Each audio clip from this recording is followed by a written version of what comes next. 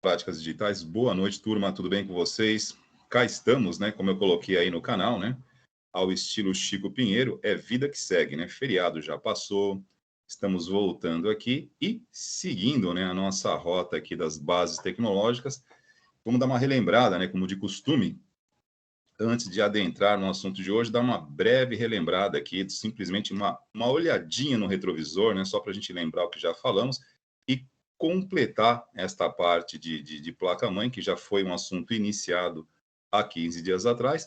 Como já faz um tempinho, acredito, né, que já deu aí um tempinho para a galera começar a esfriar as sinapses, né? Então vamos reativar aqui nossa rede neural, relembrar o que nós falamos naquele segundo bloco há um tempinho atrás, e aí a gente adentra na segunda parte aqui de placa-mãe para falar mais alguns detalhes com vocês, tudo bem? Professor Marcelo, muito boa noite, suas considerações iniciais nesta quarta hardware aqui com a turma. Boa noite a todos, satisfação enorme estar com vocês novamente, professor Wagner e a todos os alunos. Depois de um feriado, um descanso mais do que merecido, né, Wagner? Nessa correria que a gente enfrentamos, eu ainda peguei um feriadinho um pouquinho mais, porque hoje é feriado em Santos, né? Hoje é feriado dia da padroeira de Santos, então hoje eu só trabalho aqui em Mongaguá. Mas é isso aí, assunto totalmente relevante aí, tenho certeza que vai contribuir muito com vocês. Recapitular é necessário sempre. Em todos os momentos da nossa vida, a gente tem que fazer esse exercício, né, professor Wagner? Dar uma recapitulada, assim, porque quando a gente recapitula, a gente acaba vendo muitas vezes determinado assunto por outra visão, outras vistas, né? Isso é muito importante. Tenho certeza que a aula vai ser muito proveitosa, como é de costume. Perfeito, Marcelo. Então, vamos lá. Bora lá, vamos começar aqui. Deixa eu compartilhar minha tela com vocês, né? Rapidinho. Compartilhando aqui.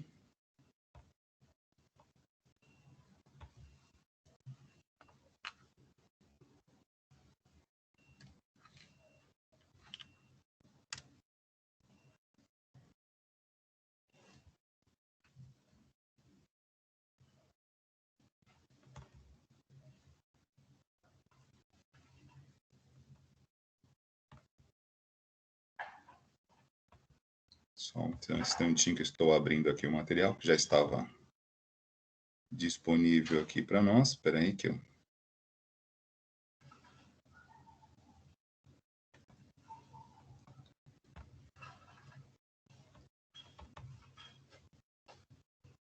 Estou abrindo novamente aquele infográfico que nós já utilizamos algumas semanas atrás, que é o material que a gente... Só para dar uma breve relembrada aqui.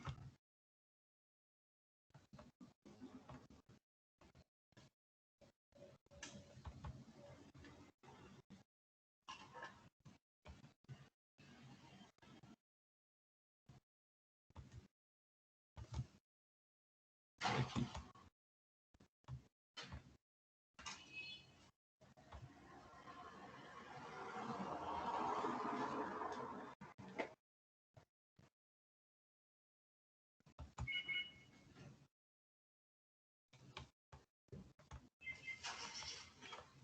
Agora vai. Eu havia selecionado a imagem aqui, turma, desculpem, eu selecionei a imagem errada aqui, peguei de um outro lugar, por isso que eu estou novamente compartilhando aqui. Beleza. Bom, podem ver minha tela aí, gente? Sim? Só me dá um feedback. Sim. Beleza. Pessoal, isso aqui é só para a gente... Legal. Só para que a gente possa dar uma breve relembrada aqui, um pequeno review do que nós já falamos sobre placa-mãe. Semana passada nós tivemos uma palestra, né? Conversamos com vocês aqui sobre outros assuntos. Estamos retornando à nossa sequência, né? Falamos primeiramente da parte de fundamentos de eletricidade, algumas normas aqui, alguns alertas, né? Que a gente comentou com vocês sobre manuseio de componentes eletrônicos, alguns cuidados, procedimentos em laboratório. Falamos sobre algumas práticas, né? Que não são, digamos assim, muito aconselháveis, e aí nós adentramos no segmento da placa-mãe, né? E uma coisa que nós já começamos falando é que nós não temos o hábito de estabelecer hierarquia de dispositivo, ou seja, eu não costumo dizer que a placa-mãe ou o processador é o mais importante, porque, obviamente, eles acabam tendo um valor comercial um pouco maior, né? Eu costumo dizer sempre que é um conjunto, a gente tem uma orquestra aqui que tem que estar sempre em sintonia. Então, não é do meu feitio falar que este ou aquele componente é o mais importante. Muito pelo contrário, a gente sempre enfatiza o conjunto, né? A sinergia, digamos assim. E aí eu mostrei para vocês aqui, ó, há 2 semanas atrás, um infográfico aqui para ilustrar, né, digamos assim, a placa-mãe, que é o nosso, digamos assim, estamos no nosso segundo capítulo da série Placa-mãe. E aí eu mostrei para vocês aqui esta ilustração, tá ok? Nós que seguimos aqui basicamente um sentido horário, né? Onde nós mencionamos aqui o soquete do processador, né? Que é o local aonde o processador é conectado, que digamos que de certa forma caracteriza a compatibilidade da sua placa-mãe com os processadores que você pretende utilizar nela. E também, né, deixamos claro que quando você escolhe uma placa-mãe, você já faz isso mediante um critério técnico. E nós temos vários critérios. E aí nós estamos seguindo aqui, como disse, em sentido horário, comentamos sobre o soquete do processador, que é esse local onde se instala o processador, que no segundo bloco vai ser o nosso protagonista da noite, que nós vamos focar nesse dispositivo aqui. Falamos aqui dos slots de memória, que é obviamente é onde são conectadas as memórias, né? É onde nós teremos uma aula para falar única e exclusivamente de memória. Aqui, nesse caso, nós temos uma placa, neste infográfico, né, um exemplo com 4 slots. Lembrando, né, que nós temos aqui as terminologias técnicas, né, da mesma maneira que muita gente chama gabinete de CPU, que tecnicamente está equivocado, né? Gabinete é gabinete, CPU é CPU, também faz parte, né, do vocabulário comum dos técnicos de manutenção de hardware de modo geral, chamar módulos de memória de pente de memória, né? E aí, às vezes, você faz um concurso público, um processo seletivo, faz uma entrevista, uma dinâmica, e, de repente, uma coisa que, no fundo, isso não difere, né? Se você sabe mais ou menos, mas quando você está diante de uma avaliação, processo seletivo, tudo pode servir como diferencial. Então, cuidado com digamos assim, com os termos que não são corretos, mas que acabam caindo no gosto popular. Pente, você usa para pentear o cabelo, né? Memória não tem pente, tem módulo, tá ok? Tecnicamente, não existe pente de memória. Mas, no popular, todo mundo chama memória de pente de memória. Porém, tecnicamente, não está correto. Correto? Perfeito? Então, vamos lá. Aqui ficam os slots de memória. Slot é onde eu encaixo um módulo de memória. E a placa-mãe, mediante a quantidade de slots e a capacidade de memória, ela vai ter, obviamente, também um valor de mercado. Tudo bem? Falamos aqui do conector da fonte de alimentação, que hoje nós vamos repetir esse assunto, que temos aqui a parte de classificação das placas-mães na sequência, aqui uma apresentação para vocês. Aqui eu tenho o conector da fonte de alimentação, que muitas vezes, por uma questão também, eu acho que isso faz parte da cultura ou do subconsciente popular.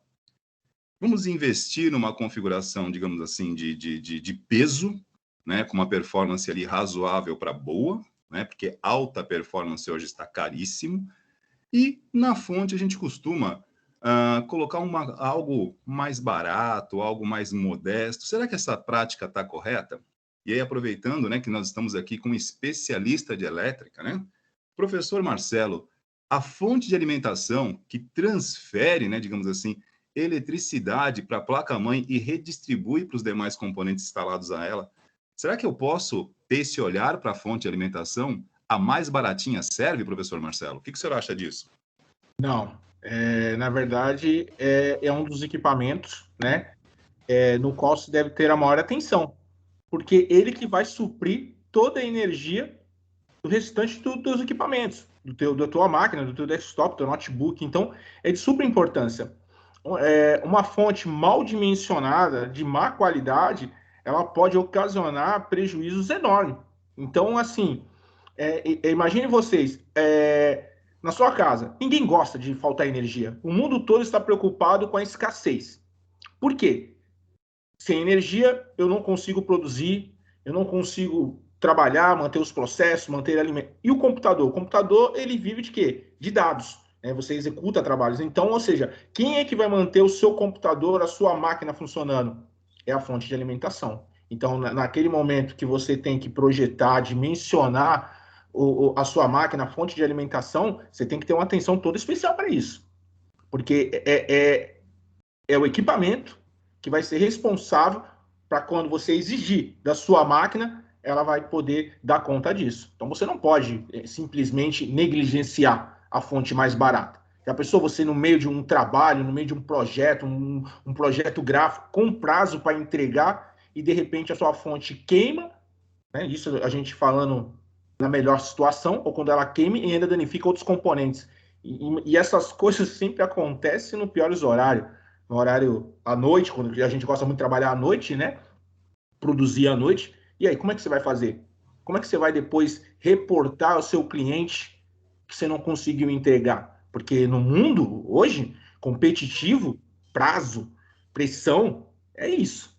Então, vocês vão adentrar um mercado competitivo e profissional. Vocês vão ser responsáveis por isso. Então, não adianta você negligenciar. Vocês têm que saber isso. E até mesmo tem um outro ponto de vista, né? Vocês são técnicos, né? Vocês também vão vender informações, vocês vão vender consultorias, né? Então, uma consultoria que você prestar para um cliente, olha a responsabilidade que você tem, tá? Outra coisa que o professor Wagner falou de suma importância, gente, é a conotação técnica no nosso vocabulário. Isso é de suma importância. Temos assim, quanto mais falar tecnicamente, é melhor. O mundo hoje está totalmente globalizado. O Wagner deu um exemplo muito feliz. Pente, módulo. Imagine vocês trabalhando numa empresa, tendo que fazer uma licitação, um relatório. Hoje você pode buscar materiais na China, qualquer outro lugar do mundo, né? E aí você vai fazer uma cotação de pente. Já pensou se você compra pente e vem pente mesmo para pentear cabelo? Então, assim, tem que usar terminologia técnica. Isso é importantíssimo. Um relatório, sem contar concursos, entrevistas de emprego. Então, se habituem a falar vocabulário técnico, porque é a forma que vocês, quando vocês começam a exercitar esse vocabulário técnico, vocês começam a conversar tecnicamente com o mundo. E o mundo hoje, ele está do nosso lado, né, gente? O mundo hoje, assim, parece que o mundo encolheu drasticamente, né? Então, ainda hoje eu lembrando assim, a capacidade que hoje a gente tem de lidar com informações. Eu fico imaginando, e não faz muito tempo isso, para se tomar uma decisão, informações, a gente dependia de carta. De carta, gente. Então, ou seja, tinha que enviar uma carta, chegar numa determinada região, a pessoa ler aquela carta, responder. Olha o tempo que se demorava para a gente poder tomar uma decisão. Vocês já imaginaram no tempo da guerra? Né? As grandes guerras mundiais, como os estrategistas faziam para tomar essas decisões, o tempo que demoravam? Hoje não. Hoje, em um clique, a gente consegue ter uma determinada informação e isso ajuda a gente a tomar decisões. Então, hoje o mundo está do lado. Então, para poder se comunicar, tem que saber se expressar corretamente. Só isso, professor Wagner. Perfeito, professor Marcelo. Eu desabilitei meu áudio aqui, que ia passar o caminhão da coleta aqui do lixo, né? Então, mas não passou, acho que foi para outra rua, depois eu desabilito aqui. Então, continuando, pessoal, e enfatizando a importância da fonte, né? E a gente, sempre que a gente traz essa questão de falar aqui, às vezes não é nem a questão da negligência, né? Porque a gente vive um momento, economicamente falando, né? Que o custo-benefício, ele é o fiel da balança.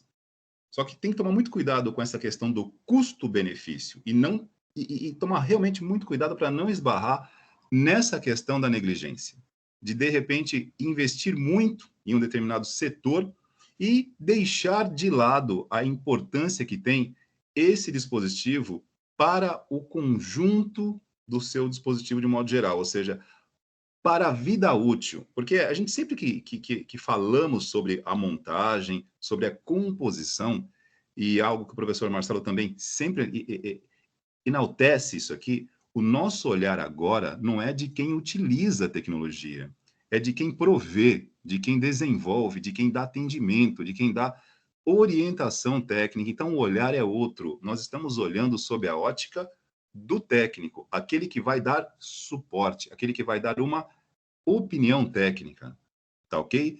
E aí, no conjunto que nós vivemos hoje, que a gente sempre tem que procurar, da melhor forma, conectar sala de aula com realidade, né? Estabelece coordenadas comuns aqui. Qual é a atual realidade que vivemos economicamente? E não é uma novidade, né? Nós temos, por exemplo, tecnologia sempre foi atrelada a dólar. E mesmo que você tenha muito poder de investimento, ninguém gosta de jogar dinheiro pela janela. Então, a palavra custo-benefício, ou a expressão custo-benefício, ela passa a ter, em momentos como esse que estamos vivendo agora, né, pós-pandemia, ou não, ainda estamos numa pandemia, digamos assim, melhorando a situação, as coisas estão voltando ao normal, mas mais do que nunca, um investimento um pouquinho mais inteligente, ele faz diferença. E aí, isso não quer dizer que você vai negligenciar. Custo-benefício não é qualquer coisa. E muitas vezes a gente costuma generalizar, né? Custo-benefício com qualquer coisa serve. Não é bem assim. Até mesmo porque quando você está no atendimento e você está ou montando um equipamento para alguém ou prestando atendimento de suporte, se você troca uma fonte por outra qualquer, né, vale lembrar que você tem ali os 90 dias de garantia. Mas é como eu sempre digo e repito, né? Escrevam na pedra se preciso for. A sua credibilidade não pode durar 90 dias, pô, pelo amor de Deus.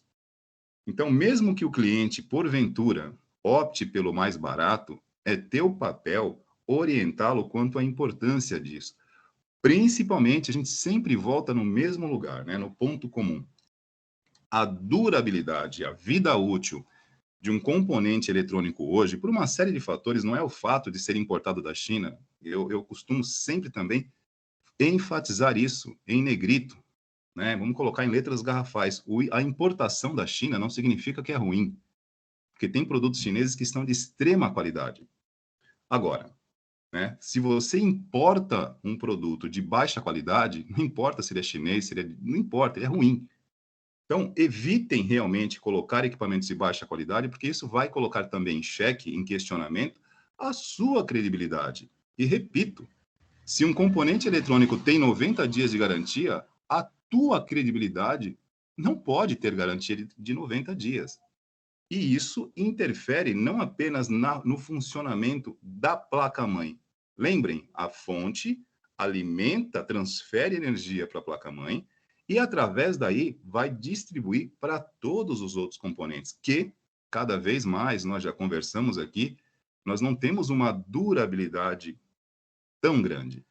Então, qualquer fator que você possa, digamos assim, melhorar para fazer com que a vida útil se prolongue um pouco mais dentro do possível, porque nós temos que ter os pés no chão, possível.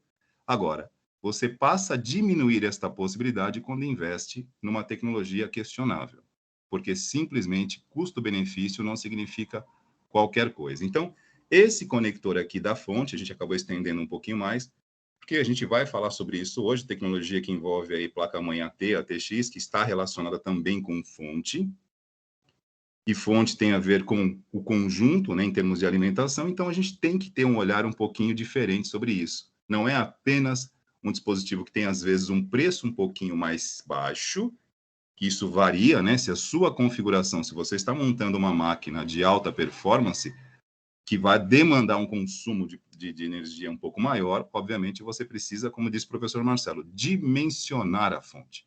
O que é dimensionar a fonte? Mediante os componentes que estarão compondo, né, a sua placa-mãe, você precisa de uma fonte de alimentação que tenha condições de alimentar isso. Isso é muito fácil de explicar no universo dos gamers, né? Uma placa de vídeo hoje de alta performance, já tem um consumo, digamos assim, bem elevado. Então, uma fonte de alimentação comum não atende essa demanda. E aí você dimensiona, você soma, né? Placa-mãe, aliás, a placa, processador, placa gráfica, memória, unidades de armazenamento, enfim, tudo aquilo que você tem conectado à placa-mãe funciona de duas maneiras. Primeiramente, precisa ter eletricidade. Esse é o funcionamento dela. E tem um outro lado, que é o funcionamento eletrônico, que é onde ela envia e recebe dados. Ponto. Porém, para que ela possa enviar e receber dados, não importa se é memória, se é processador ou placa gráfica, primeiramente, ela tem que ter eletricidade. Essa eletricidade vem da onde? Da fonte. Uma fonte ruim, enfim, coloca em xeque todos os dispositivos que dependem dela. Tudo bem? Mas nós teremos uma aula para falar apenas de fonte, para detalhar um pouco mais, porque isso é importante e muita gente, digamos assim, não vou dizer nem que negligencia, acha que qualquer coisa serve, mas não serve. Então, descendo um pouquinho aqui, esse cara aqui, ó, entre aspas, né?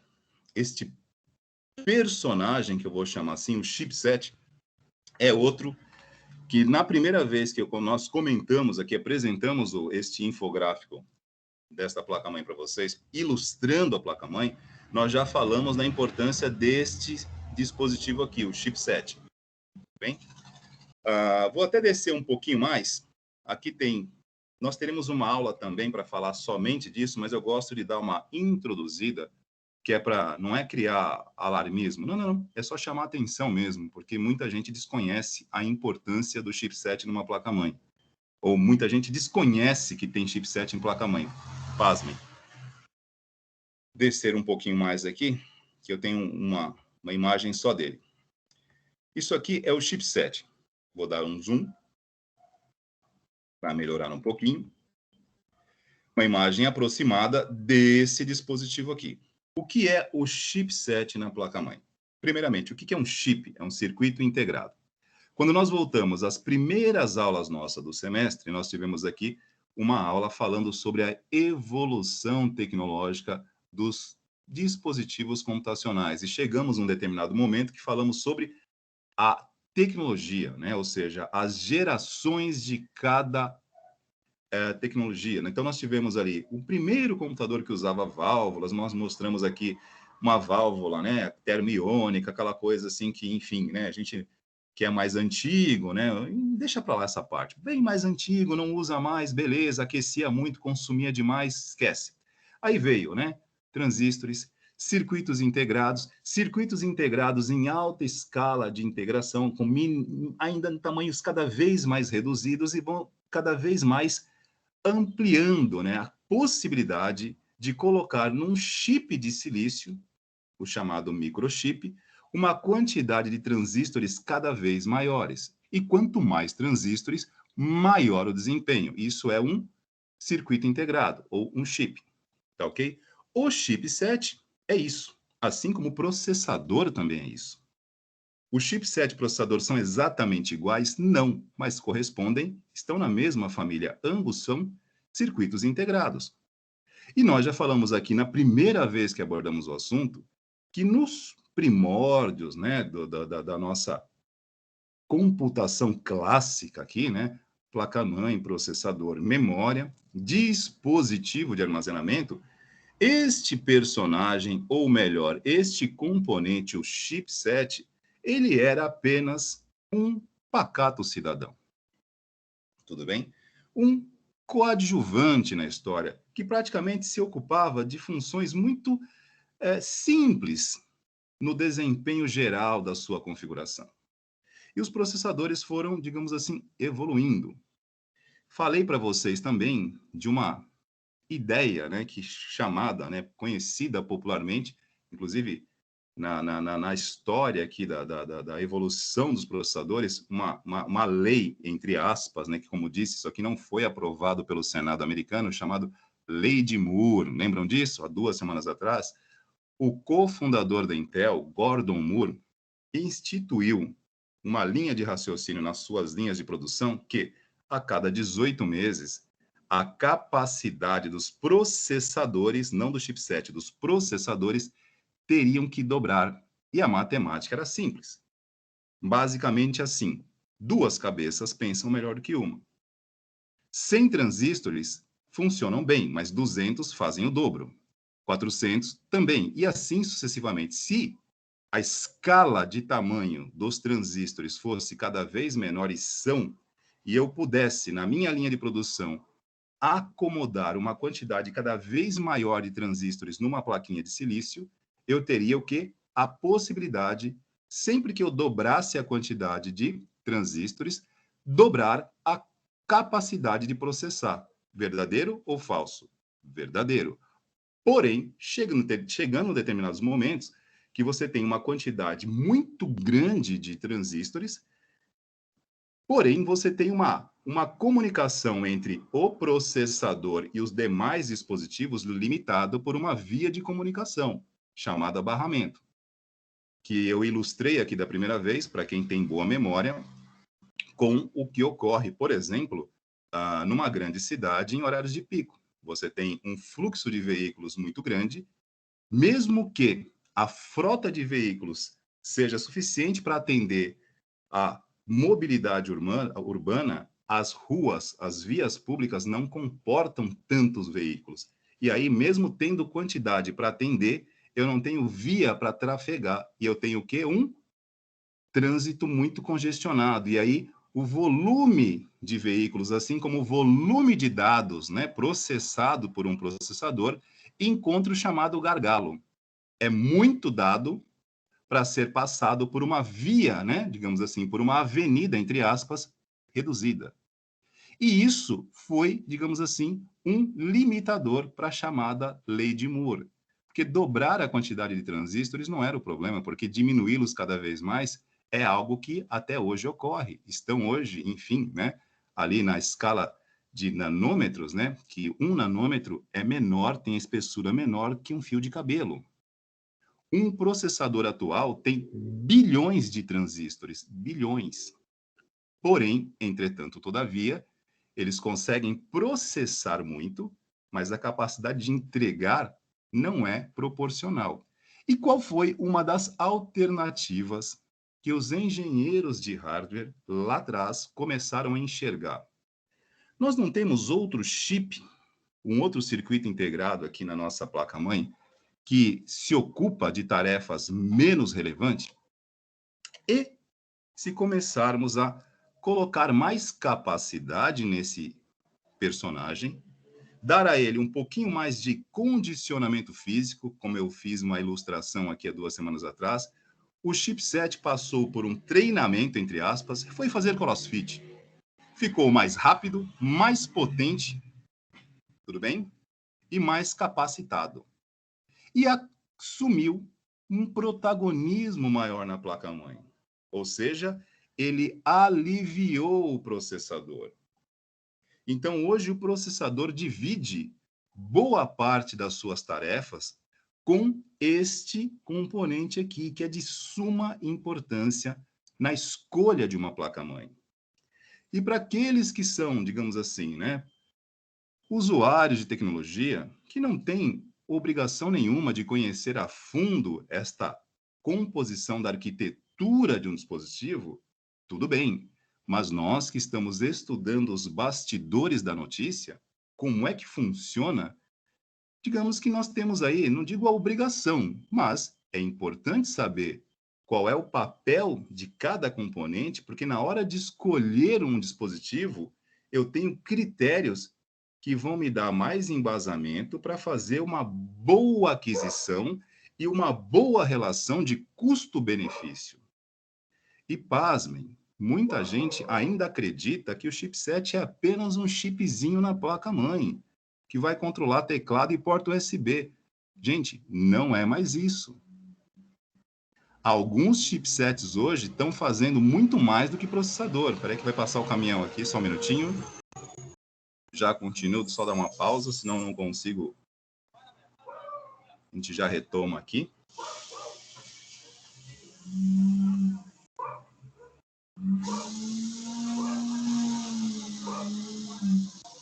Eu não sei quanto a vocês, mas para mim o áudio fica... Eu estou no segundo andar do prédio aqui, parece que o barulho do caminhão está dentro da minha sala.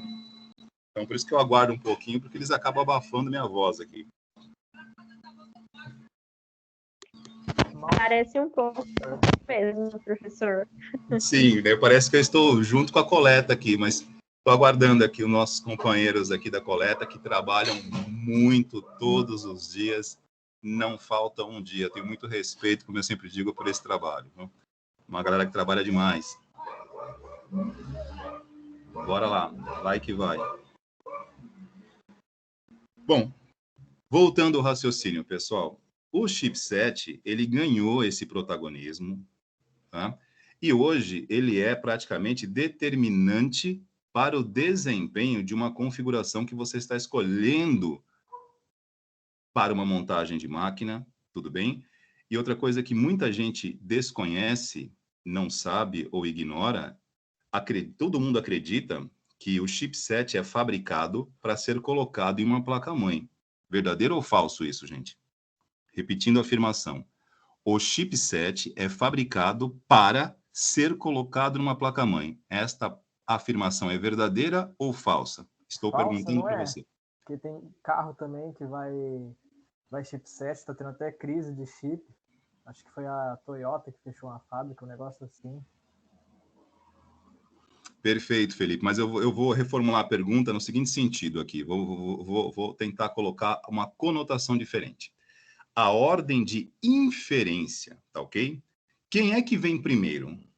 São os fabricantes de placa-mãe que desenvolvem a placa-mãe e os desenvolvedores de chipset criam chipsets para atender a placa-mãe, ou é o inverso? Os fabricantes de chipset criam um chipset, aí os fabricantes de placa-mãe vão lá e utilizam esses chipsets na sua linha de produção para criarem placas que utilizem o potencial do chipset. Qual das duas afirmações, para vocês, é a que é correta? Eu acho que é a segunda. Falar, Oi? professor? Pode falar. Posso falar? Então, no caso, seria o chipset que vem primeiro, porque ele que manda, é o entre aspas, microprocessador da placa-mãe, né? Ele que vai comportar todas as tecnologias, a parte de alimentação e toda essa questão, né? Que agora o controlador de memória é integrado ao processador, né? Antes era a ponte norte. Mas o chipset, ele tem um grande papel, como tinha falado na aula anterior, dele administrar toda essa parte junto com o processador, né? Que é a parte de tecnologias, os PCI Express, conexão SATA, e enfim, vários, M.2 agora, no caso, né? Que é o NVMe, que utiliza PCI Express também. E essa parte toda, é ele que comanda. Então, os fabricantes, eles precisam ter um chipset, né? Eles precisam ter um chipset pronto para eles poderem fazer o design da placa-mãe e o que ele vai suportar, quantas fases de alimentação ele suporta. Ele tem disponível para overclock? Sim, não, tá, coloca nessa placa-mãe e constrói em cima desse chipset. Perfeito, Ulisses, perfeito. E eu posso dizer para você que, olha, eu, assim, longe de mim aqui ser taxativo, tá? Nem quero de forma alguma pregar falsas verdades aqui, mas posso afirmar para vocês que a grande maioria dos profissionais que estão no mercado hoje não tem esta visão. Não conhecem detalhes sobre a importância de um chipset. Isso que você descreveu aqui, Ulisses, que inclusive eu acho que é muito legal quando um colega de sala coloca o assunto, porque parece que ele fala numa mesma frequência que vocês, ajuda o entendimento. O que o Ulisses falou, corretíssimo. O chipset é ele que determina o que a sua placa poderá fazer. E aí nós temos um outro grande detalhe, muito importante. Quando vocês procuram, por exemplo, uma placa-mãe para compra, o modelo da placa-mãe, geralmente no seu nome, no modelo, tem ali, geralmente um código referente ao chipset. E esse chipset é ele que dá o tom, entre aspas, do valor final da placa-mãe, porque o processador não vem na placa-mãe. Vem o soquete aonde você vai anexar o processador. Porém, o chipset vem soldado na placa. Então, é ele que praticamente corresponde aos 60% a 70% do valor desta placa. Então, se você escolhe hoje uma placa, e aí quem curte alta performance, tomem cuidado com isso.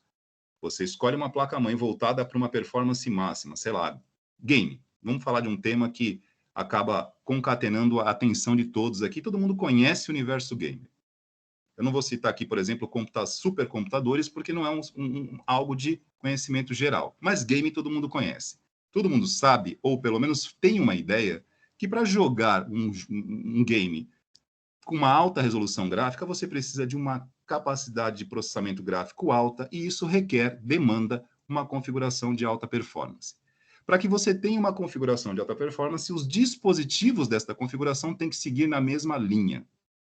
E aí você escolhe uma placa-mãe de um bom fabricante, que vai vir com aquele chipset que vai permitir um bom aproveitamento dos dispositivos que você está pensando em adquirir. Isso chama-se combinação de arquitetura. A combinação de arquitetura, ela é muito importante para fazer com que o seu custo-benefício seja realmente eficaz, não apenas eficiente. É que você consiga tirar o melhor do mínimo que você está investindo. Porque a chamada engenharia está aí. Você investir um carrossel de dinheiro e ter um bom resultado, isso é óbvio. Agora, o desafio é estar aqui no nosso lugar hoje. É você pegar uma capacidade de investir mediana, porque para nós sai caro. Não é todo mundo que vai investir 30, 40 mil numa máquina para game. Juntar 10 mil hoje para montar um computador para game não é exorbitante. Isso é ponto de partida. 5 mil para nós está dentro. Para game, tá, gente? Para trabalho em escritório, com 3 mil você monta, 2 mil você monta uma máquina muito boa. Nós estamos falando aqui de entretenimento, game. Investimento é numa outra esfera.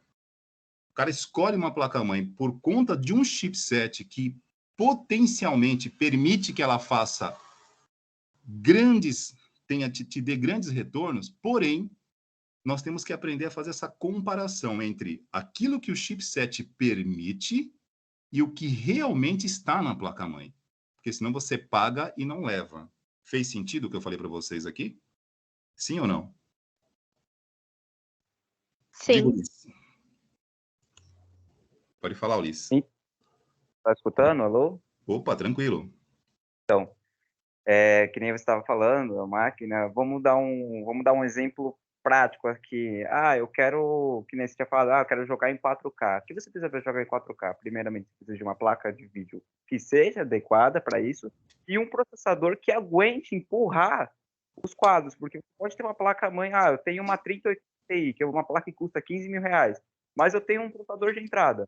Ele não vai conseguir empurrar, ele vai chegar no limite dele e a placa vai estar sobrando performance. Ela vai estar usando 60%, 50%, tá lá dormindo a placa.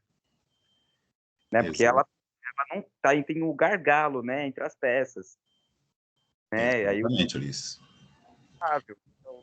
Que nem montar um PC para jogo hoje, mínimo 6 mil, 8 mil reais. E vale a pena, né? Porque você comprar hardware barato, você vai ter que trocar rápido. Esse é o problema.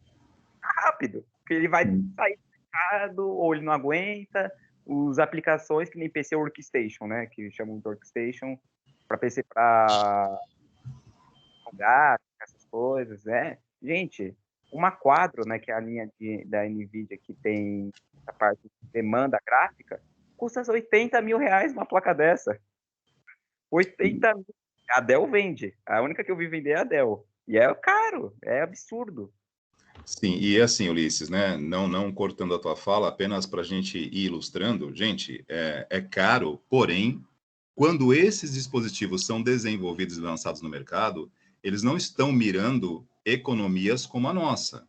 Isso são para outros mercados. Isso não significa que nós não tenhamos compradores em potencial. Tanto é que nós temos linhas gamers não só para PC, mas, enfim, notebooks hoje acima de 30 mil e que vendem.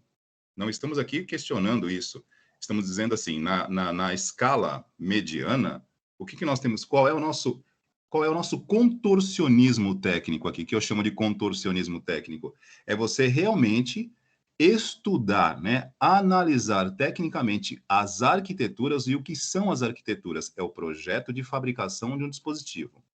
E através dessa análise de arquitetura, você conseguir combinar o melhor de cada dispositivo que você investiu, às vezes, arduamente, porque nós não estamos na mesma posição, por exemplo, do mercado gamer japonês ou coreano, onde tudo é acessível e onde você tem uma cultura do descarte muito grande, porque são economias hoje e linhas de fabricação que reutilizam 100% do seu material eletrônico, ou dos chamados resíduos eletrônicos.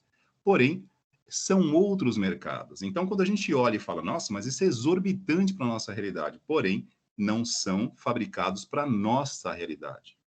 Tudo bem? Para a nossa realidade econômica, é muito importante esta análise da arquitetura, para que você consiga, através do seu investimento, que pode ser máximo ou mínimo, tirar o melhor desempenho dele. E aí, por exemplo, voltando ao nosso ponto de partida, a nossa âncora aqui, e vamos ancorar de novo no chipset, como é ele que determina tudo que a sua placa poderá fazer, eu não posso comprar uma placa-mãe sem conhecer, digamos assim, os detalhes técnicos do chipset e comparar ponto a ponto com as especificações técnicas da placa-mãe. Esse é um exercício que eu proponho sempre aqui para nós. Porém, eu estava conversando isso com o Marcelo hoje, no final da tarde, né? A gente costuma direcionar, né, digamos assim, as nossas aulas pelo perfil de cada turma. E a gente respeita isso, porque vocês são o nosso público-alvo. Então, não adianta, por exemplo, nós estávamos combinando aqui, eu e o professor Marcelo, que mais para frente a gente vai entrar um pouquinho, né, na parte eletrônica, para que vocês tenham a possibilidade de conhecer isso um pouquinho mais a fundo. Porém, é necessária essa contrapartida. E por que eu estou convidando vocês a participar do diálogo aqui? Para dar start nesta curiosidade.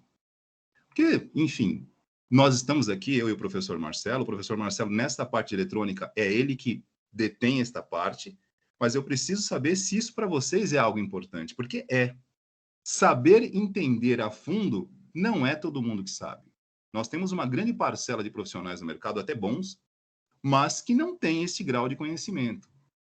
E saber entender a fundo, ou pelo menos um pouco mais sobre arquitetura de hardware, faz de você um profissional diferente. É a diferença do bom profissional do profissional de excelência. Isso aqui não é papo de coach, não. Porém, a gente respeita muito o andar da carruagem.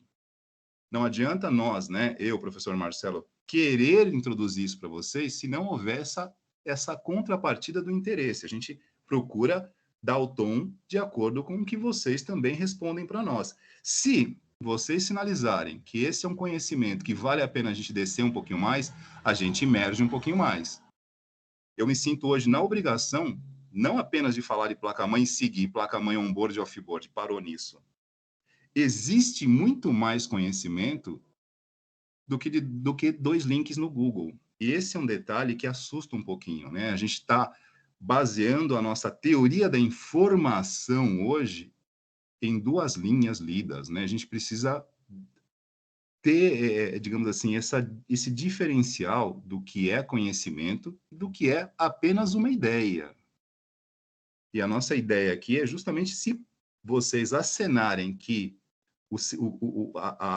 o barramento está propício, a gente desce um pouquinho para o subsolo. E a coisa vai ficar um pouquinho mais forte aqui, mas vai muito do interesse de vocês, tudo bem? Eu gosto dessas coisas, mas eu tenho que respeitar o meu público, o nosso público, eu e o professor Marcelo. Correto, professor Marcelo? Estão nos ouvindo aí? O computador hoje está meio lento, Wagner, correto. Eu clico aqui, demora um tempo para habilitar o microfone. Mas está correto, Wagner, é isso mesmo. Eu acho bem interessante. A gente gosta, né? A gente faz com paixão isso aqui. E se vocês, assim, quiserem, né? A gente estamos aí para tornar vocês profissional de excelência. Mas é o que o professor Wagner falou. Se aprofundar, vai de vocês quererem isso, né? Então a gente está aí para colaborar, a gente está não ser superficial. Mas aí vai depender de vocês também. Ô Wagner, já aproveitando aí, achei muito interessante a parte do chipset. Eu não sei se mais alguém tem essa dúvida, já aproveitando aí que o Ulisses também comentou, você também comentou sabiamente. Há possibilidade, né?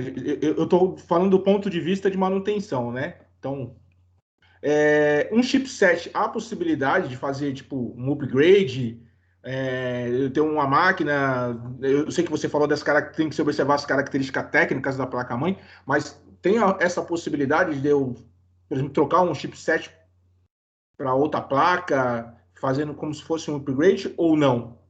Não existe essa possibilidade. Não, fazer um upgrade não teria essa possibilidade, Marcelo, justamente pelo fato da placa-mãe ela ser fabricada a partir das potencialidades de um chipset. Então, o que acontece? Uma placa-mãe, ela vai permitir, assim, algumas questões dentro dela, em termos de uso, que se você substituir por outro mais potente, digamos assim, mesmo que seja da mesma fabricante, supondo que haja uma compatibilidade de arquitetura, e você faça esse upgrade, troque o chipset. Vamos lá. O chipset é um chip. É muito comum smartphones, tablets, dispositivos móveis, de um modo geral, ter problemas no chamado BGA, né, que é a solda, né, que fixa o chipset, que na verdade pode ser do notebook, pode ser de um smartphone, pode ser da sua placa-mãe do seu computador, e essa solda vira a dar problema. Muitas vezes o problema é só a solda, mas supondo que você queira fazer um Frankenstein, você queira trocar esse chipset por outro na mesma família, ou seja, mesmo fabricante, com a mesma arquitetura, e que essa arquitetura seja possível instalar na placa-mãe. Se houver essa compatibilidade e você soldar, o máximo que você vai conseguir fazer com a placa-mãe é o mesmo que ela já fazia, porque a placa já tinha sido projetada para aquele anterior. Então, por exemplo, se você tinha naquela placa-mãe 4 slots de memória suportando até 32 GB de memória RAM, e você coloca um outro chipset que suporte 64, a placa só suporta 32. Porque ela já estava limitada no seu design de linha de produção para explorar o potencial máximo do outro chipset que você tinha. Não é uma prática comum trocar chipset, porque dificilmente um chipset queima. Dificilmente. Geralmente, problemas com chipset, e isso é muito comum, placas gráficas acontecem muito porque elas trabalham em alta temperatura. E a gente já comentou sobre isso, né? Hoje não tem mais chumbo, então as soldas elas acabam tendo um ponto de fusão e aquela história, né? Vamos à física clássica aqui. Metal em alta temperatura dilata. A temperatura resfria, ele retrai. Esse processo esfria, retrai, aquece, retrai, aquece, retrai. A médio e longo prazo, ele, sem chamados, né, os metais que têm essa grande capacidade de fusão e, digamos assim, condutividade, ele começa a apresentar trincas. E aí vem o chamado problema. A hora funciona, a hora não funciona, isso é muito comum. Geralmente se solda novamente. E é aquilo que nós já comentamos aqui. E o problema retorna. Mas, tecnicamente, se você pegar a mesma arquitetura de um chipset, porém mais potente, e ele for compatível com a arquitetura da placa, eletronicamente é possível você fazer, mas é uma prática que não vai adiantar, porque a placa já tinha sido projetada para explorar aquele anterior. E aí, por exemplo, o chipset não controla apenas memória, ele controla, por exemplo, propriedades gráficas. Pode controlar também suas portas USB. Supondo que você tenha um chipset agora que permita 25 portas USB 3.0. Você não vai comprar hoje um computador que venha com 25 portas USB. Não tem. Não tem jeito, não vai vir. Mas se ele permite, 20, você vai encontrar ali 7, 8. Mesmo que você troque por um chipset que suporte 40, a placa só tem 5. Você está entendendo? Mesmo que você troque por um a mais, a placa que ali estava, ela já tinha sido projetada para explorar o potencial do chip que ela possuía ali.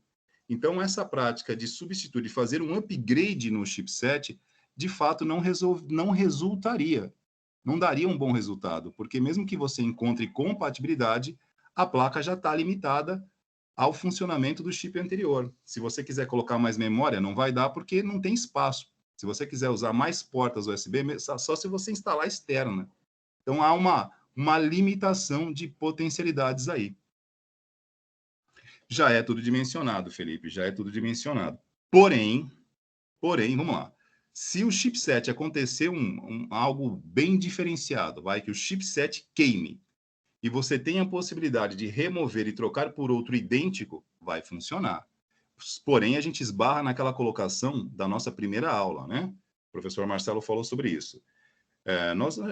E aí eu vou me confundir agora. Eu não sei se nós mostramos para vocês aqui a linha de produção da Gigabyte. Acho que mostramos, né? Porque eu tenho aula com vocês na quarta e aqui em Praia Grande na sexta. Mas eu acho que eu já mostrei para as duas turmas. Se recordam do processo de o banho de solda dos componentes, como eles eram soldados numa máquina para uma máquina com altíssima precisão? O professor Marcelo lembrou bem aqui que é muito difícil você reproduzir, mesmo que você tenha equipamentos de altíssima tecnologia, reproduzir na íntegra as mesmas condições de um fabricante. É uma técnica que você tem, as chamadas soldas, né? As remoções aqui, você solta, você ressolda, né? Chama-se... existem dois tipos de trabalho aí com os BGAs, né? Existe o chamado reballing, né? Que é simplesmente você substituir a solda por uma nova, que é o mais eficiente. Existe o chamado reflow. O reflow é um processo paliativo. O reflow é simplesmente aquecer a solda que está com defeito a uma alta temperatura para que ela entre em estado de fusão. Ela entrando em estado de fusão, ela consegue restabelecer o contato novamente. Tudo bem? Isso chama-se reflow. Olha, houve uma época que isso era febre. Quando começou, digamos assim, essa possibilidade, não é que começou, né? Quando chegaram, né, as primeiras estações de solda BGA, né, chamadas estações de retrabalho BGA para cá, vindas da China, com preço um pouco mais acessível, vários lugares começaram a comprar isso. E aí nós temos várias reflexões para fazer. Primeiro, aquilo que o Marcelo já disse na primeira aula aqui. Por melhor que seja o teu equipamento, ele não chega perto das condições que o fabricante possui. Ponto. Se você usar material chamado correto hoje e autorizado, né, que não vai chumbo, o mesmo problema que iniciou, em algum momento volta. E outra coisa que é muito complicado no mercado de modo geral. Em algumas circunstâncias, quando você recorre, né, a esse processo de recuperar uma placa com este problema no chip, seja uma placa-mãe ou uma placa gráfica, que placa gráfica isso ocorre muito.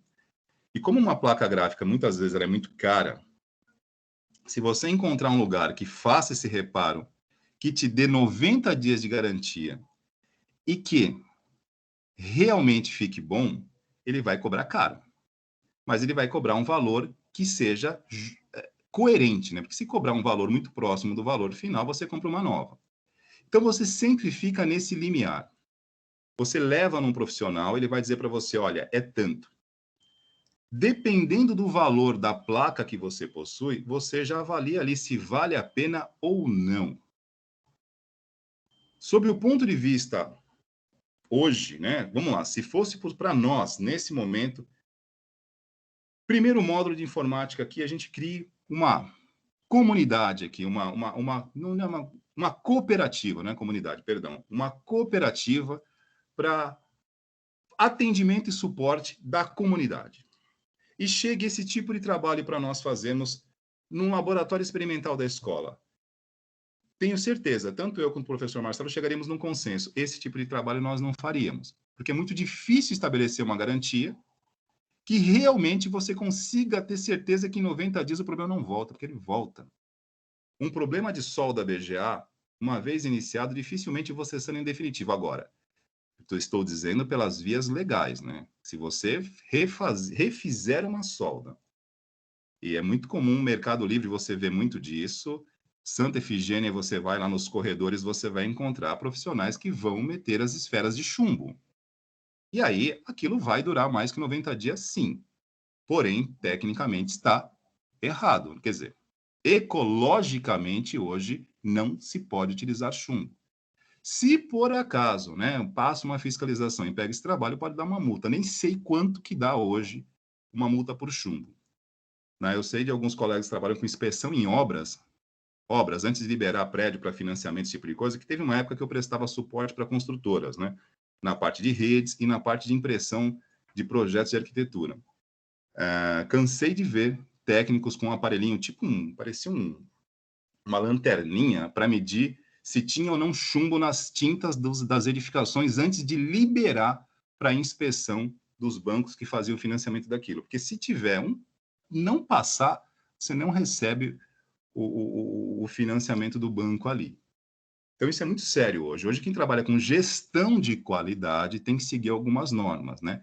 Mas voltando para a nossa esfera aqui, pessoa física ou microempreendedor individual, se fosse para hoje eu receber uma máquina para fazer esse tipo de trabalho, eu não investiria nisso. Eu não pagaria hoje 3 ou 4 mil numa estação de solda, porque isso vai me gerar uma dor de cabeça em algum momento, né? Porque algum cliente vai ter o seu trabalho, digamos assim, recorrer à garantia antes dos 90 dias, eu vou ter que refazer aquilo.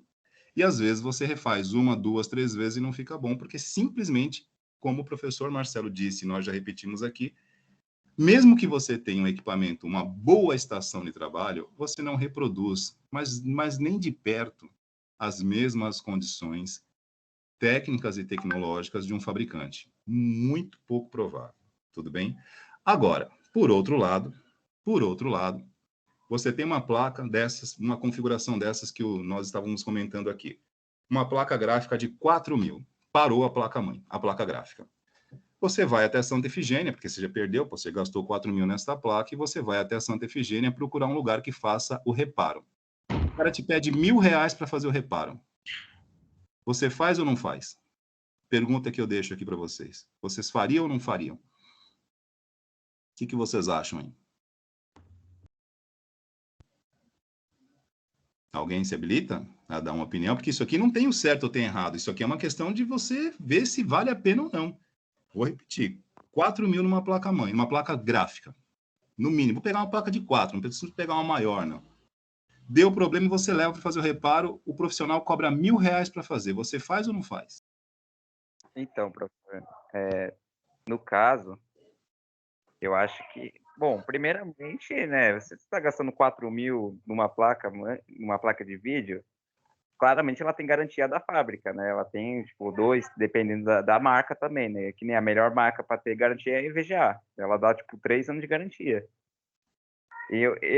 Se passar da garantia, aí você se lascou, no caso. Mas se tiver na garantia, você pode mandar, eles fazem o rebaling na próxima, ou eles trocam o próprio circuito impresso da placa, né? Eles trocam todo o PCB dela por uma placa nova. Eles fazem todo esse processo. Ó, aí você citou um outro exemplo. Você vai trocar o PCB, que é o que nós vamos, que é o assunto de hoje, a questão do PCB, né? O Printed Circuit Board. Você vai trocar a placa como um todo, percebem? Isso, você É pode outra trocar coisa. dependendo do que for, mas se for só que nem o chipset ou o chip, né? Eles fazem a troca porque eles têm o maquinário exato, porque eles que construíram as placas, né? Exatamente. Ou eles pode ser tanto a empresa que fabricou, tanto a própria empresa que produz o chip também. Que elas entendem, né? Que a AMD ou agora a Intel também entrou nesse rumo, com as Intel Xe, né, da vida. Que agora é a Arc, que é a nova. Eu tava lendo sobre. E voltando àquela questão que o professor estava falando sobre upgrade, tem uma técnica, claro, é ilegal, pode ser que dê merda. Desculpa a palavra, tá errado, é o BIOS Mode. O BIOS Mode também, usado muito em placa de vídeo, mas em placa-mãe também serve. Você poder trocar a BIOS por uma BIOS de um outro que pode ser que nem eu tenho uma A320. E a A320 é uma placa de entrada e ela não suporta overclock. Aí eu queria fazer suporte overclock. Eu coloco uma BIOS de uma B450, uma X570, e você consegue desbloquear o overclock. Porém, pode dar problema, justamente. A placa-mãe, o circuito impresso dela não foi feito para aquele chipset. As fases de alimentações não, gente, que nem uma X570 6 fases e mais 2 para o de memória. E uma tem 4 fases. É muita diferença de 16 para 4.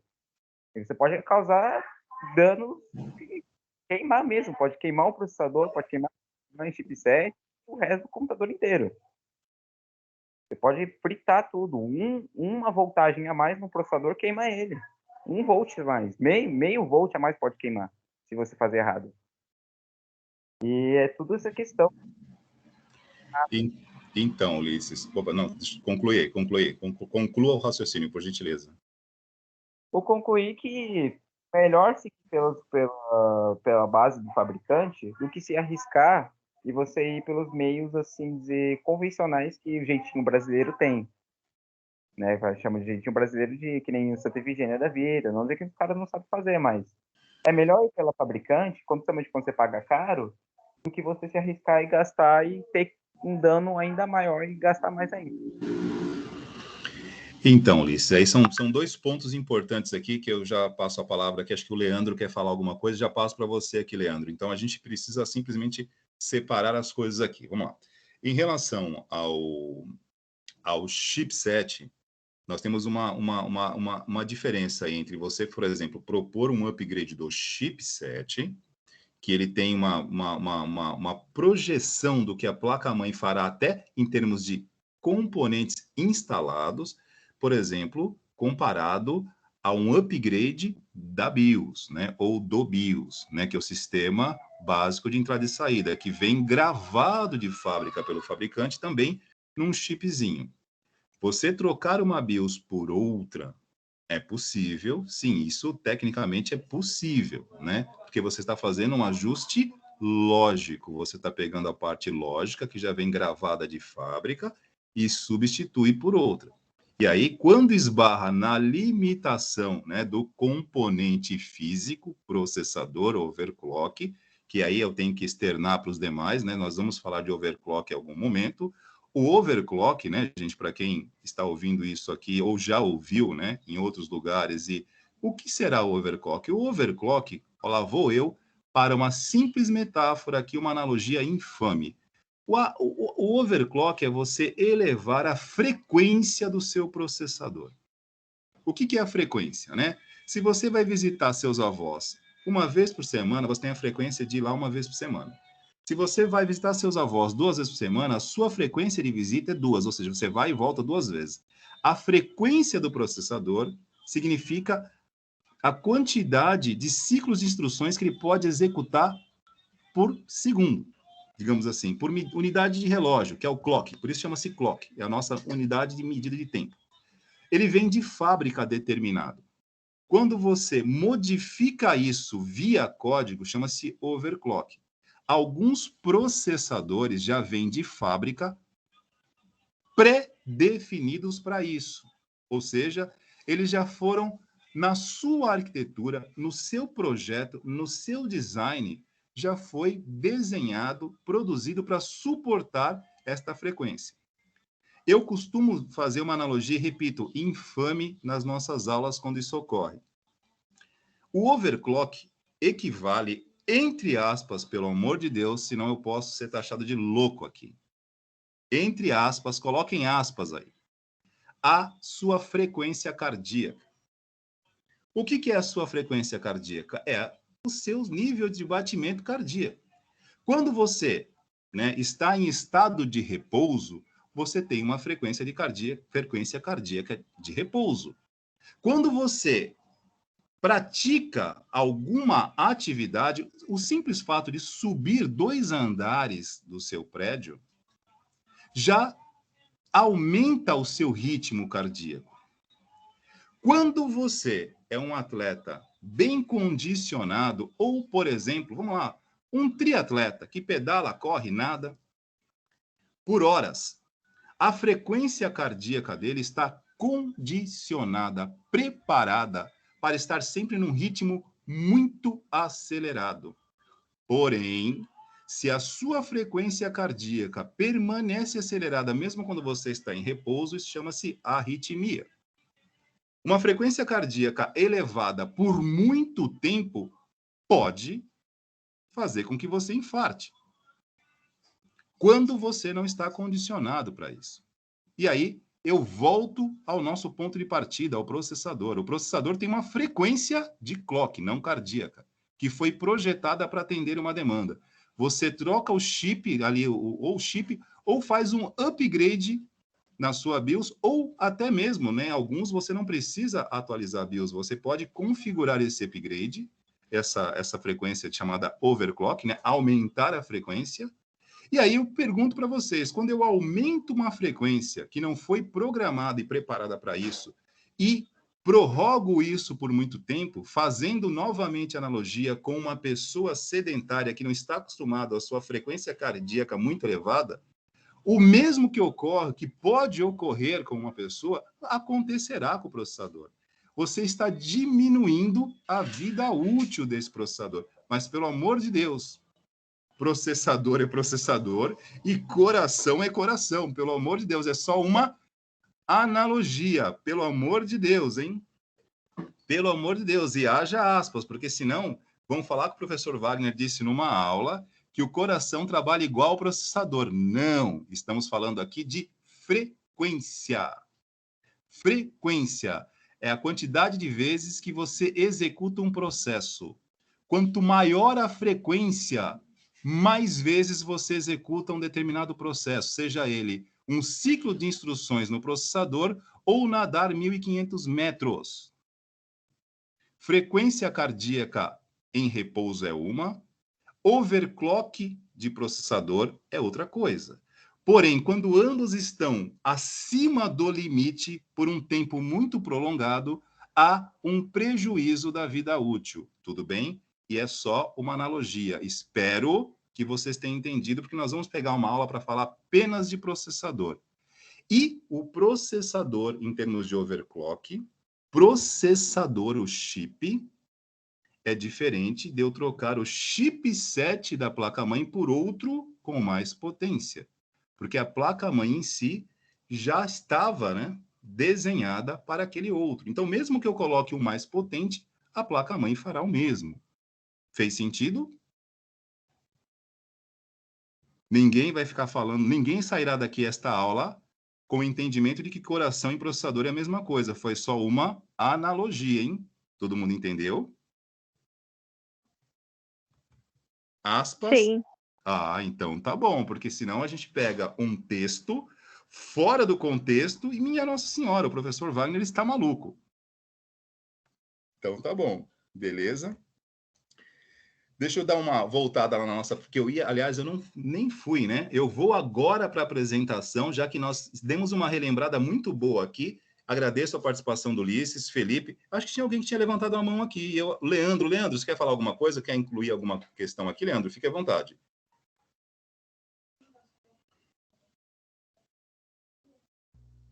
Alô? Oi? Dá para ouvir? Sim. Opa, perfeito. Eu queria só, quando você disse sobre se vale ou não a pena comprar, gastar R$1.000 em uma placa-mãe de 4.000. Eu pensei comigo da seguinte forma: por que a gente gastaria o mesmo dinheiro, R$1.000, em uma placa, sendo que a gente confia nessa de 4.000, né? Depois de ter usado. O problema é que aí foge do meu conhecimento. Se uma placa, depois de passar por um conserto, ela tem a mesma confiabilidade, né? Isso que eu tenho essa dúvida, porque, por exemplo, meu computador quebrou, um exemplo hipotético, e eu paguei um dinheiro legal nele, né? Um dinheiro na média de um computador considerado bom. E daí, se ele realmente vale a pena continuar com ele, ou se é confiável ou não eu manter ele depois de passar por um reparo. Então, Leandro, eu confesso a você que esta é uma pergunta que, tecnicamente, você tem algumas questões até matemáticas que respondem isso, né? Mas existem outras também, né? E assim, vamos por partes aqui. Computadores, né, convencionais ou configurações convencionais, a gente tem um olhar diferente de uma configuração de alta performance. Por exemplo, uma configuração direcionada para alta performance é aquela que você está sempre elevando ela ao estresse máximo. Aí é o atleta de alta performance. Vamos novamente às aspas. Em alta performance, não estamos preocupados com qualidade de vida num atleta. Se ele tiver que se arrebentar inteirinho para escalar o Everest, ele vai. E depois ele desce. Escalei o Everest, e agora? Desce, filho.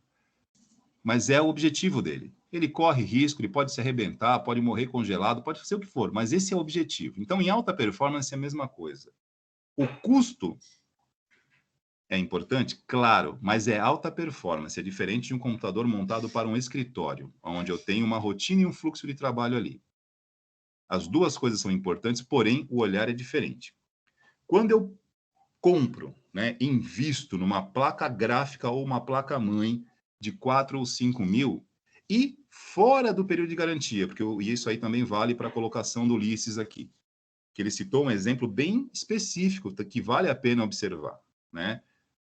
Um fabricante que está dando para você 3 anos de garantia, que isso é muito singular, no universo de hoje, você comprar um automóvel zero que tenha 3 anos de garantia, compre, se puder, porque não são todos os fabricantes de automóveis que estão te dando 3 anos de garantia, alguns dão 5. Um componente eletrônico com 3 anos de garantia, você não compra, você casa com ele, registra em cartório e dá o sobrenome para ele. Em 3 anos ele não vai dar problema. E olha, a gente, segundo bloco vem aí, a gente abre o Reclame Aqui, né? A gente abre uma sessão chamada Reclame Aqui, porque eu não me recordo qual foi a última vez que eu investi em algum produto tecnológico que tenha funcionado por 3 anos sem dar problema. Eu não tive esta sorte. E não se trata de sorte ou azar, porque aí eu volto às minhas afirmações em aulas anteriores.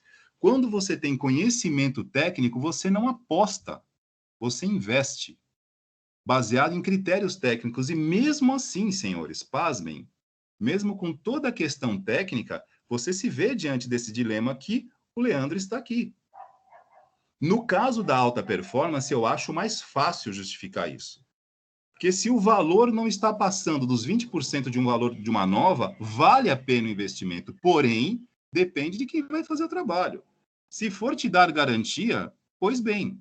Agora, custa uma nova 4. Está cobrando 1.000 para fazer e daqui a 3 meses dá problema e acabou a garantia, ou seja, se em 4 meses o problema retorna e não está mais a garantia, você vai pagar de novo?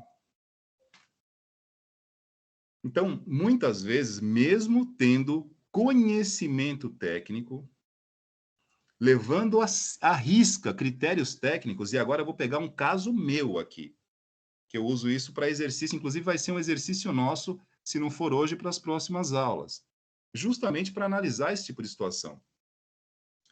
Eu tenho um computador, não sei se já comentei com vocês, eu acabo confundindo as turmas, porque sexta-feira eu também tenho esta aula, só que aqui em Praia Grande. Porém, eu costumo ter com vocês na quarta, né? Então a aula é primeiro com vocês. Mas eu passei por isso recentemente, há cerca de 2 anos atrás. E não era uma configuração de alta performance, um computador desktop comum aqui, que eu usava para as aulas. No mundo pré-pandemia. Aulas presenciais, mas eu usava para preparar minhas aulas, acesso à internet, minha filha usava para as coisas dela também, para estar em escola e coisa e tal. Uma certa manhã, isso foi praticamente, vamos lá, outubro de 2019. Outubro de 2019, vamos lá, outubro a gente já está praticamente encerrando, né, o bimestre e o semestre. Novembro, foi no final de novembro, estávamos encerrando o semestre. Entrega de notas já. O professor Marcelo sabe como funciona. A minha placa-mãe, aliás, placa-mãe, processador parou. Deixa eu descrever o computador aqui para fazer sentido o nosso contexto, tudo bem? Porque nós temos um contexto para levar em consideração do vale a pena.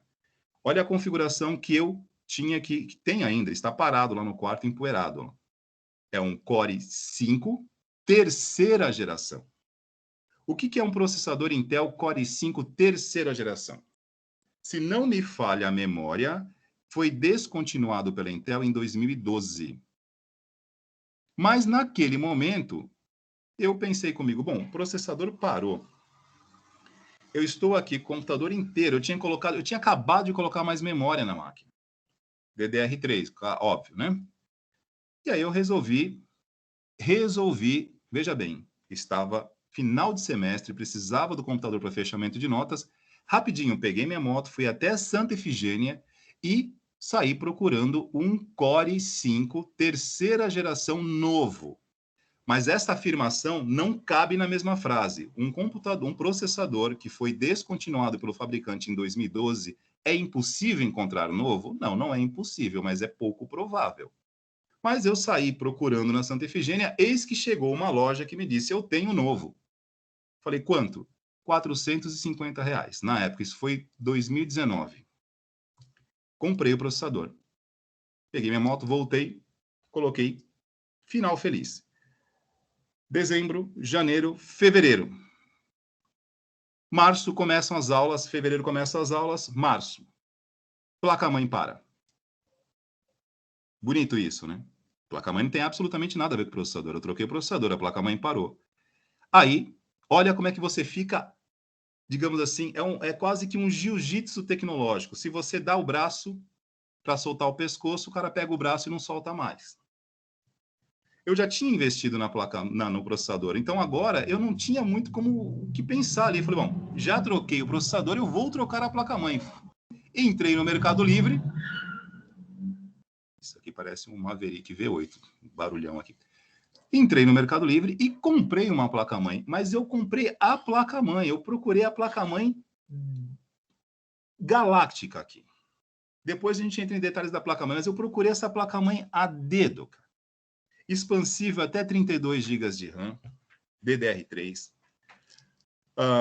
O chipset fazia o controle do dispositivo de rede padrão Ethernet Gigabit, que é mais rápido, de até 1 gigabit por segundo, ou seja, a conexão de cabeada de rede muito rápida. Beleza, tinha ali o chipset B75, que eu pesquisei também. Fiz uma pesquisa ao estilo Discovery Channel, cara. Eu fui buscar o DNA do chipset. Dramático. Vocês estão entendendo a dramaticidade da coisa aqui? Era a placa-mãe para ser indicada ao Nobel da pesquisa aqui. Peguei, comprei no Mercado Livre, chegou em uma semana, montei. Isso em março, início do semestre, antes da pandemia. Aí vem março, né? Pandemia. O mundo começa a acabar. Maio, junho, aliás, fevereiro, né? Abril, maio, junho, 3 meses de garantia. A placa-mãe parou, cara. Pergunta. Faltou conhecimento aqui? Pesquisei tudo. Agora, eu persisti num erro. Porque eu já havia começado errado, se a gente analisar tecnicamente. Porque eu comecei investindo num processador que, em tese, está descontinuado pelo fabricante desde 2012. Com conhecimento técnico. Eu insisti nesta linha de raciocínio. Então, tem horas que a gente para e nem começa, porque senão você acumula um investimento e, de qualquer maneira, acaba você e o Wilson. Lembra do Wilson? Do Náufrago? O Wilson, você ficou sozinho, você e o Wilson, cara. Porque ela parou de novo. Eu não joguei fora, ela está lá no quarto, o gabinete empoeirado, mas deixou-me na mão. Valeu a pena, mesmo tendo pesquisado, mesmo tendo conhecimento técnico para separar o joio do trigo, não adiantou. Por quê? Porque eu insisti numa tecnologia que era a orquestra do Titanic. Ela estava tocando, mas ia afundar. E afundou. Então, alta performance é uma coisa. Agora, quando não se trata de alta performance, hoje, depois dessa experiência acumulada, eu dificilmente faria o mesmo com uma tecnologia, não digo mediana, mas que já está realmente quase que obsoleta. Porque nós temos hoje processadores Core 5 aí de terceira, quarta geração funcionando muito bem. Mas eletrônicos são como lâmpada. Funcionam até que param de funcionar. Então, Leandro, esta questão de valer ou não valer a pena é matemática simples. Se o valor do reparo passar de 20% do valor do produto novo, você já repensa. Mesmo estando numa situação que, hoje, para nós, poder reaproveitar ainda é válido. Porém, muitas vezes você investe, mesmo com conhecimento, e, como disse, no final fica você e o Wilson, o personagem do Náufrago, a bolinha ali conversando com você, porque parou. E aí também eu não investi mais nele. Chego só para... abandonei. Tá lá. Devolvo para vocês refletirem sobre o assunto. O quanto vale a pena investir numa tecnologia que está saindo da linha de produção, né? Tudo bem? Exatamente, professor. É igual você estava dizendo, se, por exemplo, a gente colocasse a conserto uma placa-mãe que tem um valor desse, é muito provavelmente que essa placa-mãe ela já estava fora de validade, né? Dizendo assim. Então, o que acontece? Uma vez que a gente investe numa placa, a gente tem que considerar se o tempo que a gente comprou ela com o custo, né? Porque, por exemplo, se a gente compra uma placa nova, ela provavelmente já vai estar na garantia, né? Se você comprou corretamente, né? Enfim. E agora, colocar ela para consertar é exatamente o que você disse, professor. Se você for confiar, né, em modelos mais antigos, pode ser que você caia no conto do vigário.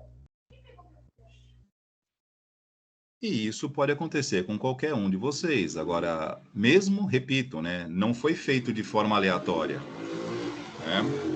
A escolha da placa, e eu me vi no seguinte dilema, como eu já havia trocado o processador, porque o certo seria eu não ter nem insistido no processador, mas a partir do momento que eu investi ali os 450 no processador, e aí passam-se 3 meses, a placa-mãe para, eu falei, bom, agora eu não tenho opção, eu vou investir e trocar essa placa. E procurei investir numa placa relativamente muito boa, mas realmente eu não esperava que esta placa, mesmo sendo uma placa escolhida a dedo, tudo bem, o fabricante não é de excelência, né? Vou aqui, é que assim, eu tomo cuidado com as minhas colocações para eu não me complicar, mas, porque eu não estou falando mal da Positivo, mas a placa é Positivo, uma linha industrial da Positivo. O que é uma linha industrial? Poxa, é uma linha de trabalho produzida para atender grandes demandas. E ela parou 3 meses. A garantia acabou, ela parou. Literalmente em 3 meses. Eu fiquei sem nenhum nem outro. E detalhe, né? Eu paguei R$ 450 no processador e paguei nesta placa 520, porque não é uma placa comum. Você não encontra uma placa com essa combinação de arquitetura. É muito raro você achar uma placa com... Os caras estão malucos aqui hoje. É moto o tempo todo. Ou eu tô ficando velho e chato. Você encontrar uma placa-mãe hoje compatível com Core i5 na terceira geração e que tenha um padrão de controlador de rede Ethernet gigabit e expansível até 32 GB de RAM, eu encontrei só 3. Uma da Positivo, 520, uma da Asus e uma da ASRock. As outras duas, R$ 600. Aí eu falei, não, R$ 600 eu não pago, porque eu acho que é muito investimento, muito alto, numa tecnologia que, tudo bem, boa, mas que não vai muito longe. Vou parar nesses 520. Fiquei na mão. 3 meses depois parou. Simples assim. Diga, Bom, Leandro, Ulisses. a colocação que o Leandro falou, o erro do professor não foi nem ter, tipo, se ele fosse comprar uma placa nova e uma placa usada. O erro do professor foi literalmente, no caso, a tecnologia, porque, que nem no Mercado Livre, tem aquelas 960, né, aquelas placas que estão altas no Mercado Livre, AliExpress, que elas são novas, só que o chip é reaproveitado. O chip é antigo. Tem que nem as X79, 99 aí, que é essas processador de servidor, o circuito impresso, as coisas delas, os componentes dela é novo, só que o chip é antigo. Então, tu vai limitar isso. Você vai ter que comprar coisas antigas. E é difícil achar novo. E esses produtos que são, assim dizer, reaproveitados, não quer dizer que eles vão durar muito tempo. Que nem o professor, ele comprou uma placa, ele pagou R$ 520, uma placa que é boa, só que durou 3 meses. Não E valeu ele a pena, né? mesmo, o que podia ter feito, que nem se fosse na minha visão, com 450 ele podia ter comprado um Core i3 novo, que já destruiu o Core i5 antigo, né? Que um Core i3 de nona geração é quase um i7 das antigas. Chega a ser um i7 das antigas até. 7 lá de segunda, terceira geração. Os Core i3 hoje estão muito fortes. E ele conseguia achar peças novas com relativamente o preço que ele conseguiu. Só que ele tentou optar pelo outro lado, que ele já tinha as peças. Aí foi a persistência do erro, comprar hardware velho. E assim, Ulisses, eu acho interessante esse tipo de analogia aqui, porque nós estamos num curso de informática para suporte. Esse tipo de situação é muito comum você encontrar, porque o suporte aqui, quando você está falando de empresa, como eu já falei aqui também, né, CNPJ, atendendo o CNPJ é uma coisa, né? Agora, você como um MEI, né, microempreendedor individual, ou um profissional autônomo, atendendo um comércio na tua rua, ou o teu vizinho, esse tipo de coisa acontece muito. Ele vem e despeja sobre você uma dúvida, e não apenas uma dúvida, uma expectativa, e ele projeta. E ele quer a tua opinião. E ele fala, olha, eu não vou gastar mais do que isso. O que você me orienta? Isso aqui é um exercício que a gente vai fazer mais à frente, porque a gente precisa ter outros argumentos aqui, porque eu não posso, por exemplo, fechar apenas eu e você. A gente tem que passar aqui memória, os demais componentes, para que a classe toda possa dividir conosco esse tipo de raciocínio, porque é o tipo de coisa que pode e vai acontecer muitas vezes conosco, porque é muito difícil hoje, por mais que a gente queira, para a gente trocar um computador por novo hoje, né, sendo sem papo de economista de bar aqui, mas você faz um planejamento. Porque um notebook ou um computador, um desktop hoje novo, com boa qualidade, você não encontra com preços também muito simpáticos, né? Então requer um planejamento. E às vezes a pessoa é pega desprevenida ali e fala, opa, peraí, o que eu faço agora? E aí entra o profissional que vai dar um suporte, ele pede para você uma orientação. Como é que você gere essa expectativa? Porque é o que eu sempre falo, não é nem atendimento apenas, hein? É gerir expectativa, porque vai dar problema. Mas vamos lá. Como a gente está terminando aqui o primeiro bloco, a gente vai voltar a esse assunto, que eu tenho que continuar com vocês aqui, placa-mãe. Não desviamos o assunto de forma alguma, a gente apenas verticalizou. Professor Marcelo, fique à vontade aqui, a gente acabou fechando um pouquinho aqui na questão da placa-mãe e no reaproveitamento da tecnologia, e isso não foge do contexto, está dentro. Só para a gente, né, ir encerrando aqui, porque o primeiro bloco nosso está terminando. Fique à vontade, professor Marcelo, para dar também as suas opiniões a respeito de reaproveitar ou não reaproveitar, insistir no reparo, não só no reparo, mas na substituição por outro equivalente, mesmo sendo algo mais antigo, ou, né, aguarda para poder investir depois. O que o senhor acha disso, professor? Foi muito bom, né? Você vê que a aula passa que a gente não sente, Wagner. E assim, trabalhar com manutenção, você que já trabalha há muito tempo com isso, a contribuição aí dos alunos é muito importante. Gente, manutenção é difícil. Vocês vão trabalhar com empreendedores, vocês vão ter sua empresa, vocês vão trabalhar em alguma das empresas, é muito difícil. O que o professor Wagner às vezes fala de reputação é o que a gente tem que preservar. Vocês são técnicos, então vocês têm seu nome na hora de dar um diagnóstico, na hora de dar um parecer. E hoje em dia, devido ao grande avanço tecnológico, a nossa tomada de decisão cada vez é mais difícil. É difícil a gente julgar o que é certo e errado. O Wagner, ele tomou uma decisão. Infelizmente, naquele momento ele fez aquilo, se precaveu de toda quanto foi forma, buscou dados técnicos, fez tudo certinho, mas tomou uma decisão errada.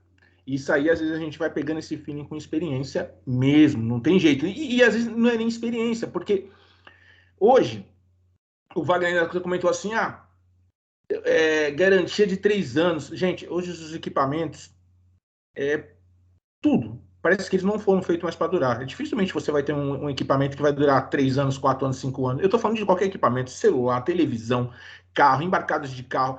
Eu, sinceramente, eu me sinto totalmente violentado com o meu carro. Toda vez que eu levo o meu carro na oficina, é um diagnóstico errado. Então, é assim. Só que eu sei da dificuldade de dar um diagnóstico, né? Até falando, essa semana atrás, meu carro, ele deu um problema, gastei muito dinheiro na parte da injeção. E trocava uma peça, uma hora era um bico, uma hora era uma limpeza. Eu falei assim, pô, mas você tá chutando, vai trocar tudo? E assim, o que é isso? Diagnóstico errado. Vocês são técnicos, vocês não são um trocador de peças, mas vocês têm que ter o discernimento de saber até onde vocês podem ir. Sodar? Sei. Isso é errado, né? Tipo assim, porque vocês não têm o mesmo ambiente, vocês não têm os mesmos equipamentos, certo? De uma fábrica, de uma empresa que faz a soda, né? O fabricante. Então, você garantir isso, por mais excelência que você tenha em soda, não vai dar certo. Você está fadado a jogar seu nome no lixo. E uma vez, assim, você dando um diagnóstico errado, você não cumprindo a garantia, esse cara nunca mais vai levar nenhum equipamento para você consertar, para uma consultoria desse tipo. E o pior, né? Tem o boca a boca, né? Então, já pensou numa empresa, né? Você numa reunião de gestão, você dá uma sugestão errada. Então, gente, é difícil, tá?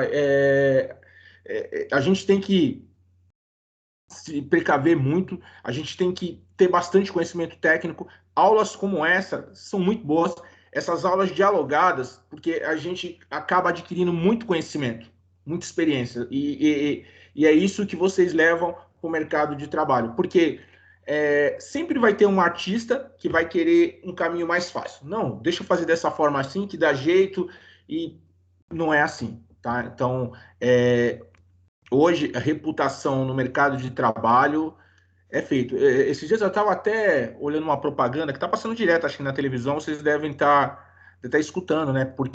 Acho que é a Coca-Cola. Por que a Coca-Cola não tem medo dos seus concorrentes? Né? Então é excelência. Se você trabalhar com excelência, né, você ser um ótimo profissional, você não vai ter medo do seu concorrente, né? Aquela pessoa que, porventura, faz uma soda mal feita, faz procedimentos ilegais. Então, eu acho que é muito importante a gente ter o discernimento, esse conhecimento, até onde a gente pode ir, não não prometer algo que você tenha dúvida. Tipo assim, se você passar pela sua cabeça, não vai dar certo, recua. Fala assim, não. E assim, vocês são consultores técnicos, vocês vendem conhecimento. Lembre-se disso. Então, é muito importante, tá? Eu friso para vocês, é muito importante essa parte da reputação, essa parte do conhecimento, assim. E poder configurar, poder escolher o melhor equipamento, poder dar essa consultoria também é muito importante, né? Ó, por favor, é melhor não fazer dessa forma, é melhor você investir em outro equipamento, né? Isso é muito importante, gente. Muito satisfeito mesmo, acho que é bem por aí. Agrega conhecimento pra caramba esse tipo de aula. Por exemplo, eu fiquei na dúvida lá do chipset, né? Eu olhei e falei assim, pô, como que será que é possível fazer uma substituição? O professor Wagner já falou, ó, isso não vai dar certo, não é habitual, então levem essas experiências para a vida profissional de vocês, tá? Então, não tente não é imitar, né? Não tente fazer os mesmos procedimentos industrial que a gente não vai conseguir soldar nada nem parecido conforme que é uma placa ou qualquer outro tipo de equipamento industrial, tá?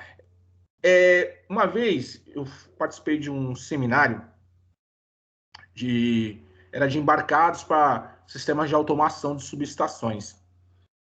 E esse engenheiro era um grande especialista. E ele falou uma coisa que é bem verdade. Essas placas novas, né, eu estou falando mais placas para automação, mas é o mesmo sistema de placa de computador, não difere de nada. Elas não foram feitas para dar manutenção. Ele já falou. Tanto é que no Japão é um dos maiores níveis de sucata por causa disso, né? Porque no Japão não se troca componente, né? Eles trocam a placa, né? Então a placa virou tá ruim, troca a placa inteira. Então, já lá no Oriente já não tem esse hábito de se tentar fazer um reparo de placa, né? E isso tá vindo, essa cultura tá vindo muito para cá já, né? Então, esse engenheiro estava falando que é uma coisa que tá aos poucos, a gente ainda tem muito esse ímpeto, né, de querer reparar. Vamos reparar que é mais barato. Mas, na verdade, já está tendo essa cultura de trocar a placa toda e usar a nossa expertise na escolha de uma placa ideal, custo-benefício, dessa forma, né? A gente utilizar o nosso conhecimento para adquirir uma placa com o melhor custo-benefício. É isso aí, Vagnão. Beleza, Marcelo. Então, pessoal, vamos dar aquela parada para o intervalo aqui e às 21h15 a gente retorna aqui para concluirmos essa parte e aí a gente adentra também na parte de soquete de processador, tudo bem? Vou parando aqui a nossa gravação. E, ó, pedir para vocês, eu vou encerrar essa reunião aqui e crio outra, tá? Porque aí vai ter quer dizer, na verdade eu vou criar com outro nome. Perfeito?